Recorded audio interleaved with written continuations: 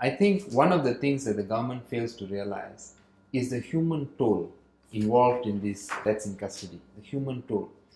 Every single case, I have met bereaved family after family after family. It's a painful process. Their suffering is terrible. Each case may be a statistic to the government, but it is a living, breathing father or brother or son or sister to some family. And their sorrow and pain is terrible. Because if the death had been by natural causes, one grieves and one overcomes. But in cases like this, when the life has been taken away for no reason at all by criminal acts, and the criminal act is carried out by the state by the authorities themselves, and then no justice is given to the family, the pain is terrible. The pain is terrible. And for many of these families, there is no closure. Kugan's mother still talks to me and she still cries because there was no justice in Kugan's case. One person was charged for a lesser offence and even he is out on bail. In many other cases, like in Francis Udayapan case, no one was charged. In many of the police shooting cases also, no one is charged. Only in the recent case of Dharmendran was public pressure to such an extent that they actually charged.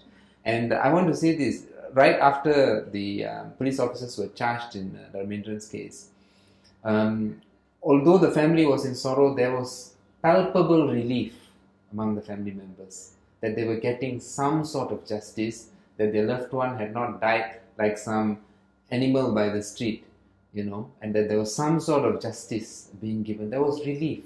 Families need this. That's why we say the IPCMC is crucial, not just as a deterrent, but you've got to give closure to the families. You've got to give justice to them. And most importantly, you set up the IPCMC. It is a deterrent. Refusal to set up the IPCMC is to continue murder in our lockups, and that is why I say that the BN government, the government has got blood on its hands. The government has blood on its hands. Their failure to implement the IPCMC since 2005, they are responsible for every one of the deaths that have happened since then, including Kugan's, Dharmendrans and all that.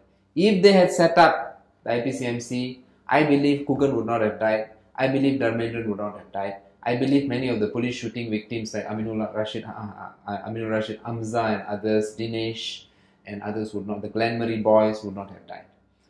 The government has blood on its hands.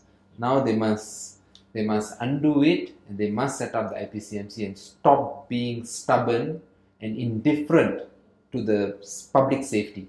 This is an issue of public safety. And I am passionate about this because over the past decade, I have seen too many mutilated bodies, too many bodies marked by torture and pain, and too many grieving families.